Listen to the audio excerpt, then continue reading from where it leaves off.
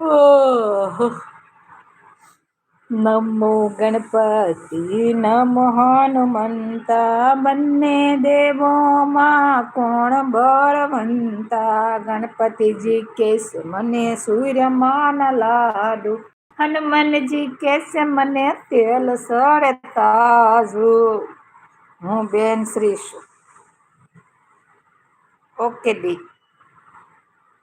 હનુમાનજી કે છે મને તેલ સળે તાજુ, નમો ગણપતિ નમો હનુમંતા, બંને દેવોમાં કોણ બળવંતા.